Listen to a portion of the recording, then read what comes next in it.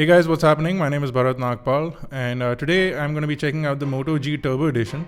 Now it's been chilling at the office for a couple of days now, so we decided to do a video because earlier I thought that I'm not going to do a video, and despite the fact that there is a price difference, there is quite a lot of difference in terms of the way the device performs as well. So I thought I'll do a quick video to show you guys everything that this phone has different, and we're going to be quickly unboxing it and testing the new Moto G Turbo Edition.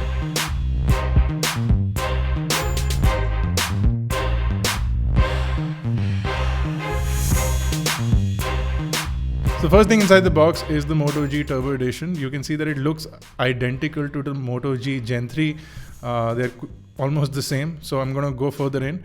The next thing inside the box is the turbo charger itself. It is what will make this device charge quickly for the battery aspect of things, which is fantastic as well. But you don't have a USB cable. So in case you need to connect it to your computer, you'll need to buy a USB cable or use one of the ones lying around at your house. You also get a bunch of documentation that I guess nobody's really interested in. And you also get earphones, which are pretty standard style, not really high quality earphones. So if you're going to be listening to music on your phone, you might want to invest in some high-end earphones. So that's everything from the box. Let's get rid of everything and take a look at the device itself. So this is the Moto G Turbo Edition, the one on the left. The one on the right is the standard Moto G Gen 3. You can see in terms of shape and size, devices are identical. On the bottom, you have the micro USB charging port. On the back is the camera. On the side, on the right side, is the power button along with the volume rocker. And if you look at the back, like I said, it's the camera along with dual LED flash. The back covers make it water resistant. On the top is the 3.5mm headphone jack along with the secondary noise cancellation microphone. And there's nothing on the left of the device. So if you do a little wrist gesture, the camera comes on, and I guess it's going to be the same for the Moto G Turbo Edition. So you can see you have a new processor. It still is IP67, and you have a 2470 mAh battery, which also has turbo charging capabilities. You do get a 16GB and 2GB configuration as far as storage and RAM is concerned.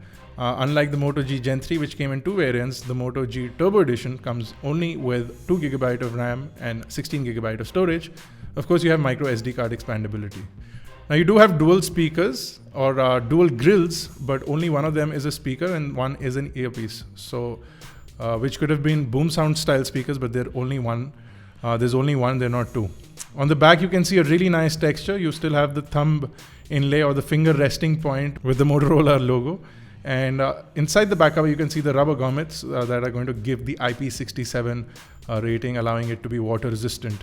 You can also see the SIM card ports along with the micro SD card slot. And if you have any of the covers of the standard Moto G, you can swap it out with the Moto G Turbo Edition, or you can buy these swap cases from Flipkart. You can easily buy these online and install them on the Turbo Edition as well. So if you want to do that, you can do that and change the color of the Moto G Turbo Edition as well as the Moto G Gen 3. Now the device is running Android 5.1.1, and unlike the Moto G Gen 3, the Android 6 Marshmallow update is currently not available for the device.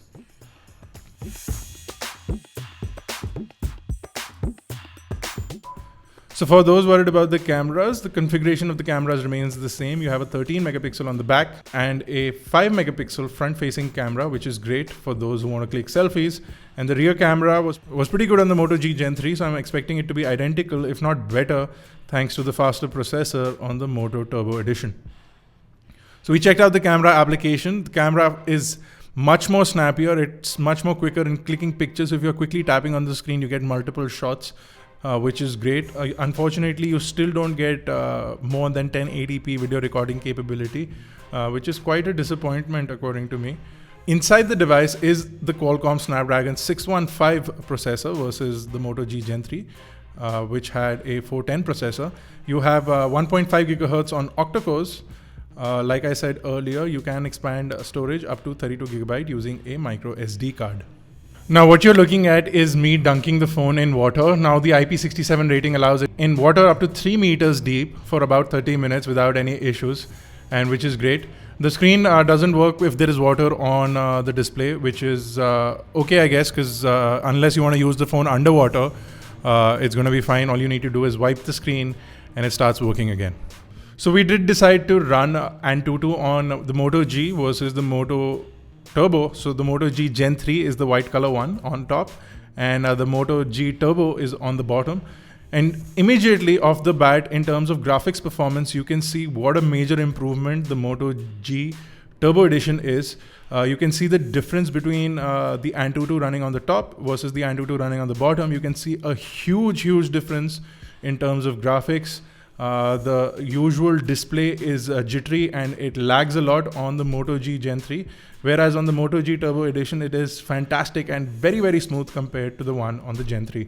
So major difference in terms of graphics performance, which is visible right now.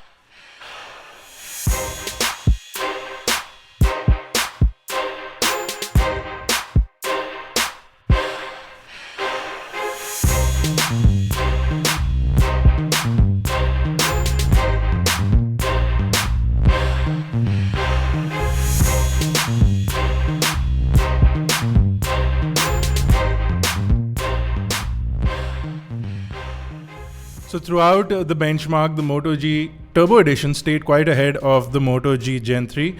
And here are the final scores: 36,022 for the Turbo Edition, whereas 32,618 for the general third gen Moto G. You can see the difference between 3D, which is the major difference in terms of performance.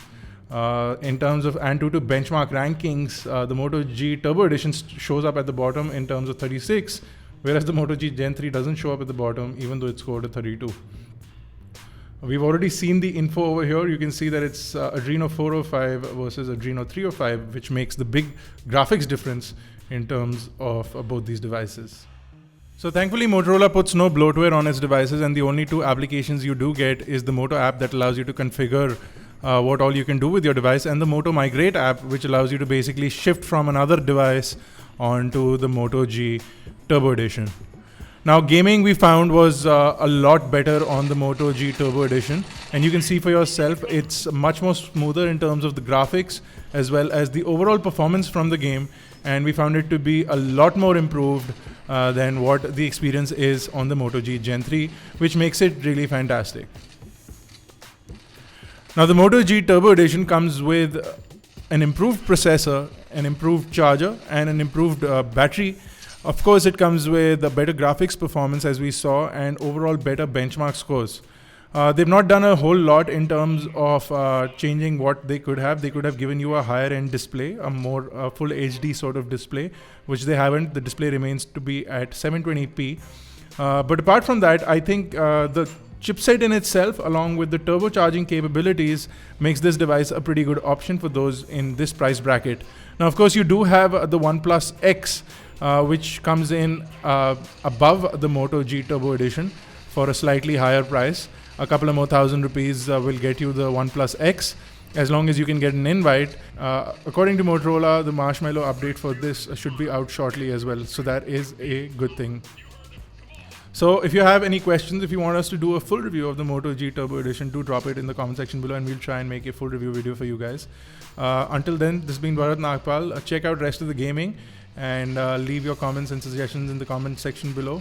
Check us out on iGyaan.in, catch us on Facebook, Twitter, Google+. And until I see you next time, guys, have a good one.